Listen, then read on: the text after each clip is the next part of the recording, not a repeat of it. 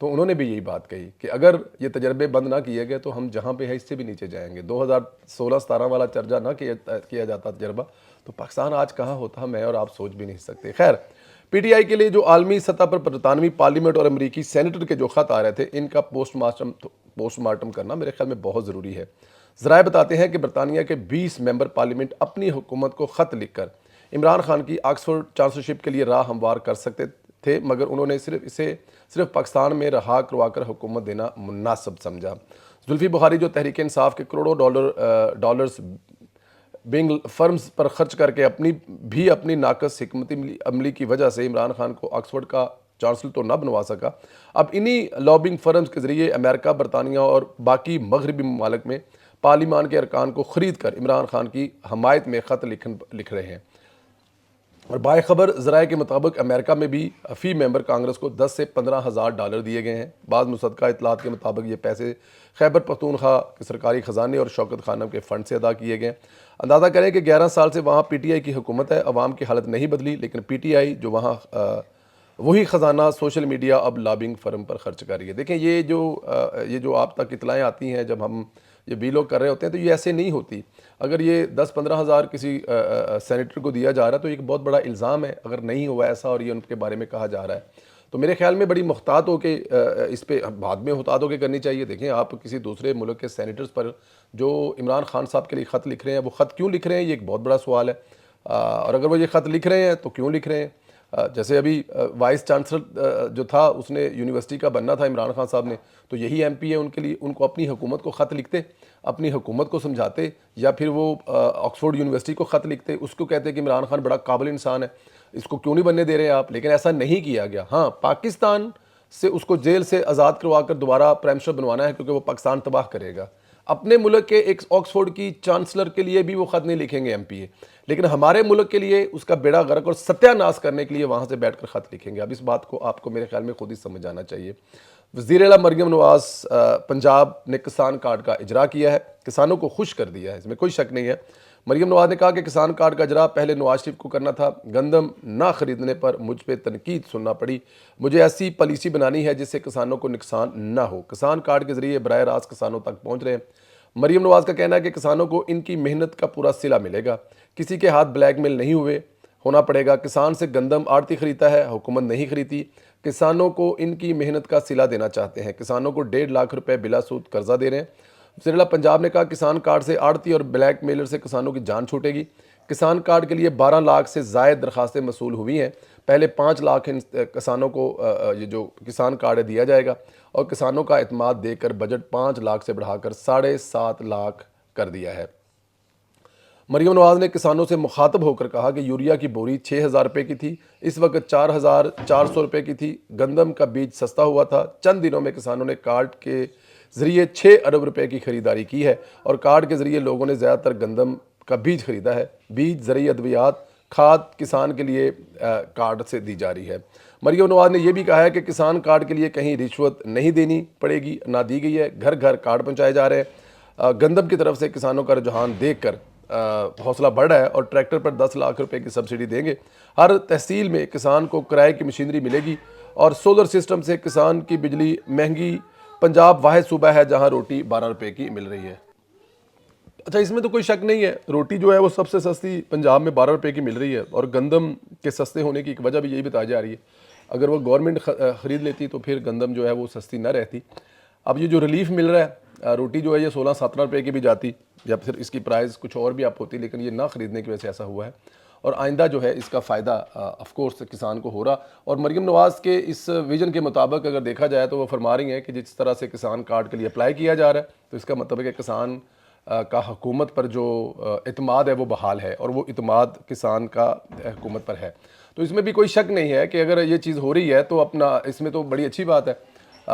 کسان اور حکومت کا اگر ایک کنیکشن اچھا رہے گا تو اس کنیکشن اچھے رہنے سے, اعتماد کا بحال بہتر ہونے سے, تو میرے خیال میں اور بھی مثبت چیز ہے.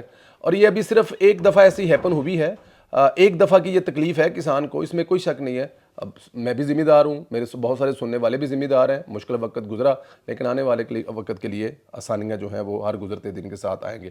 اور آپ دیکھیں گے کہ مریم نواز نے کسانوں کے لیے کتنا بڑا منصوبہ بنایا ہے, ان کو ریلیف دینے کے لیے کتنا پلان کر کے منصوبہ لائی ہیں. گندم نہ خریدنے کی ساری کسر پوری کر دی. مریم نواز کبھی کسانوں کو مایوس نہیں کریں گی, اس میں کوئی شک بھی نہیں ہے. مجھے آپ سے جو ایک اور بات کرنی ہے, بلکہ مریم نواز بہن سے میں نے جو درخواست کرنی ہے کہ میری بہن مریم نواز, آپ جو کام کر رہی ہیں اس کا کوئی توڑ نہیں ہے. آپ جس طرح سے اس صوبے کی خدمت کر رہی ہیں, میرے خیال میں یہ ایک تاریخ بننے جا رہی ہے. آپ کے چچا اور آپ کے والد صاحب جو ہیں, لوگ ان کا ذکر کرتے ہیں کہ انہوں نے جو صوبے کی خدمت کی ہے شاید کسی نے نہیں کی, لیکن ان کے بعد کوئی نام اگر آ رہا ہے تو وہ آپ کا آ رہا ہے. لیکن اس وقت جو سارے کام چھوڑ کر آپ کو کام کرنا چاہیے, یہ آپ کی اپنی زندگی, جس شہر میں آپ رہی ہیں, آپ کے والد صاحب رہ رہے ہیں, وہ شہر جس میں آپ کے بچے رہ رہے ہیں, جس میں آپ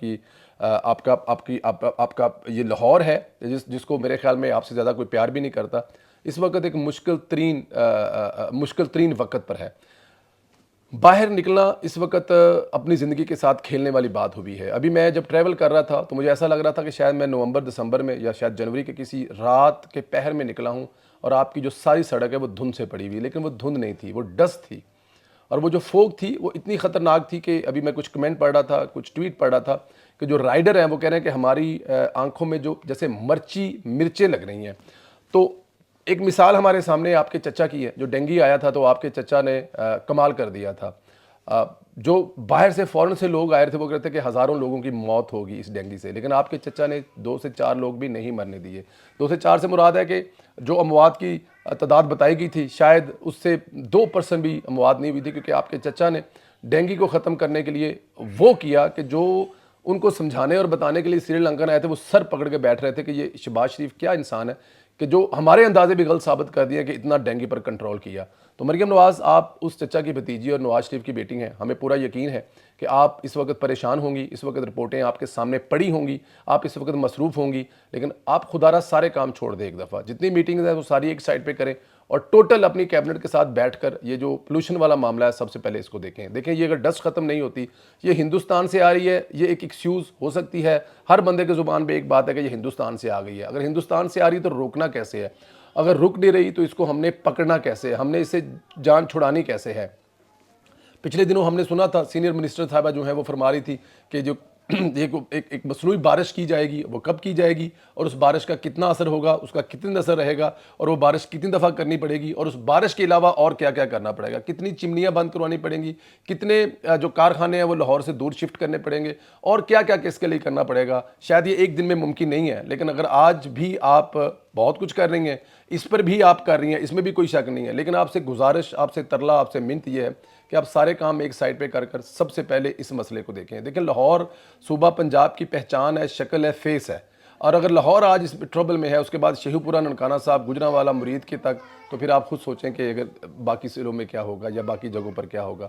تو یہ سب سے پہلے دیکھنے والا کام ہے, اور اس پہ آپ بہت کام کر رہی ہیں, اور آپ کی بہت زیادہ اس پہ ابھی سے آلریڈی آپ کی اس پہ بہت زیادہ توجہ ہے ہمیں, لیکن مزید شاید توجہ کی ضرورت ہوگی.